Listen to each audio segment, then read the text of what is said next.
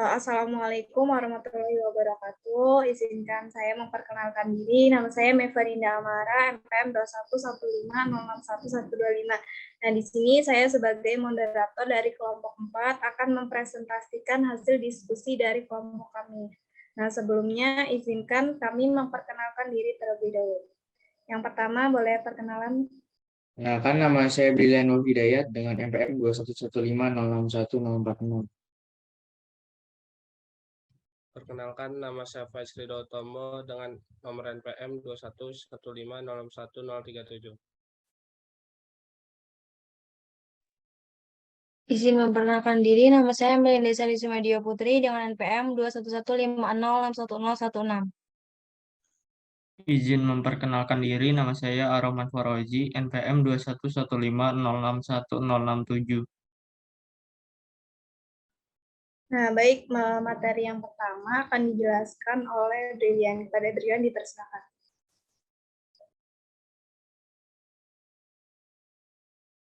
Oke, yang pertama yaitu root directory. Nah, root directory ini merupakan directory utama pada sistem operasi Linux, yang mana root directory ini membawahi directory lainnya seperti /home, /etc, dan lain-lain. /bin essential user binaries ini berisikan program biner yang harus ada bila aplikasi yang dipasang dalam mode single user. Aplikasi Firefox disimpan di direktori /user/bin. Lalu program penting dan utilitas lainnya seperti shell bash terletak di /bin. /dev merupakan sudo file system atau direktori yang isinya sebenarnya bukan benar-benar berisi file. Isi dari /dev ini berkaitan dengan perangkat-perangkat yang terdapat pada sistem. Misalkan untuk informasi port serial, port printer dapat diberlakukan seperti membaca file. Oke, selanjutnya.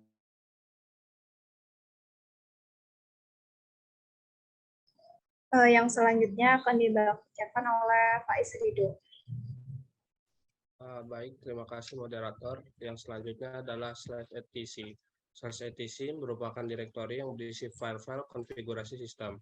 Mayoritas aplikasi dan layanan konfigurasinya tersimpan di direktori /etc, termasuk diantaranya /etc/host, /etc/resolve.config, dan lain-lain sebagainya. Di direktori /etc/init direktori tersimpan konfigurasi bagaimana sebuah layanan dijalankan. Di direktori /etc/rc.d tersimpan konfigurasi untuk menentukan servis yang dijalankan untuk tiap-tiap sesi init.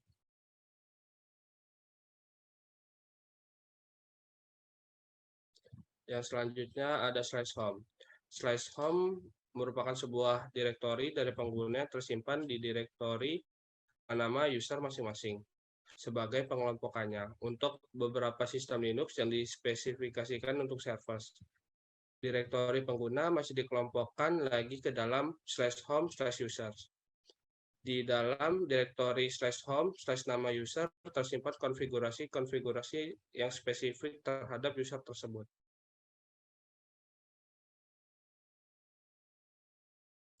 Yang selanjutnya terdapat /usr. Sebuah subhierarki dari root file system disimpan di dalam /usr. Di dalam /usr tersimpan aplikasi dan utility yang spesifik dengan user. Jika kita melihat ke dalam direktori /usr, maka kita juga menemukan direktori yang mirip dengan / yaitu bin, sbin, dan lib. Saja aplikasi dan library yang tetap /usr tidak terlalu kritikal untuk sistem. Terima kasih, saya kembalikan kepada moderator. Nah, baik, materi selanjutnya dibacakan oleh Melinda.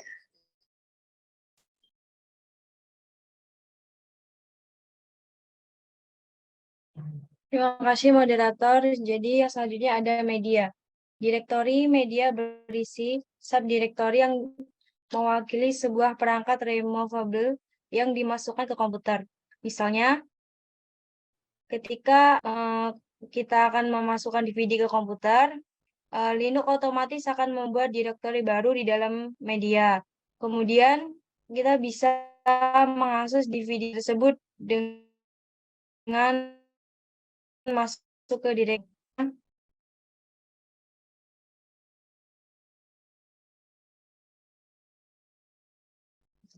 Kemudian ada user dan doc.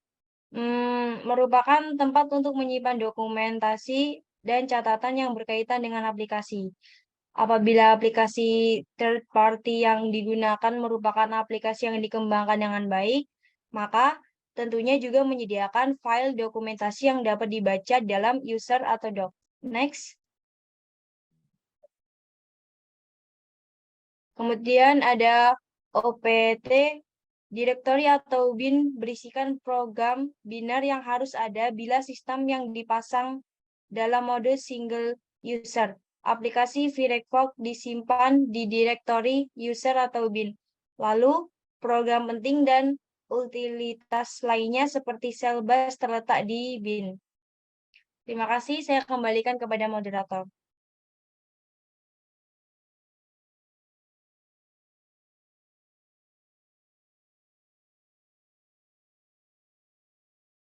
Nah, baik, yang selanjutnya akan saya bacakan sendiri. Yang selanjutnya itu ada /MNT atau Mountain. Nah, direktori MNT ini merupakan tempat untuk kamu nge-mount file system untuk menggunakannya sementara. Nah, kita pasti sering memanfaatkannya ketika melakukan sharing file yang mengharuskan saya mount terlebih dahulu file system dari Windows. Nah, biasanya diberi nama /nmt atau Windows. Namun, untuk ngetek mount file system tidak harus di direktori tersebut, nah, melainkan bisa di mana saja. Nah, selanjutnya,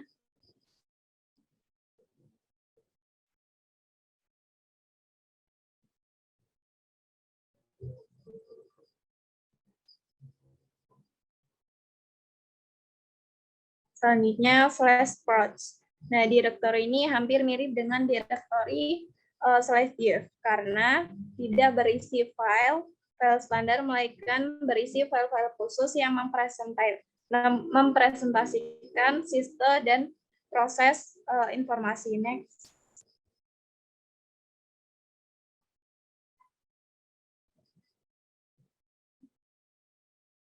Nah, selanjutnya /run. Nah, file ini berisi tentang sistem yang valid. Nah, sampai sistem melakukan boot selanjutnya. Nah, materi selanjutnya akan disampaikan oleh Rahman.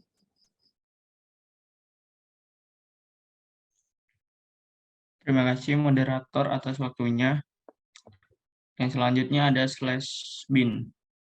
Berisi file-file binner yang esensinya untuk sistem dan mengendalikan sistem. File-file binner atau bisa dianggap aplikasi sistem ini jika dioperasikan secara tidak tepat bisa berpotensi merusak. Untuk memudahkan mengingat, direktori ini dianggap kependekan dari super binary. Next slide. Kemudian ada /sys. Berisi informasi yang berkaitan dengan kernel, device, dan firmware. Untuk memudahkan mengingat, direktori ini dianggap kependekan dari sistem. Next slide.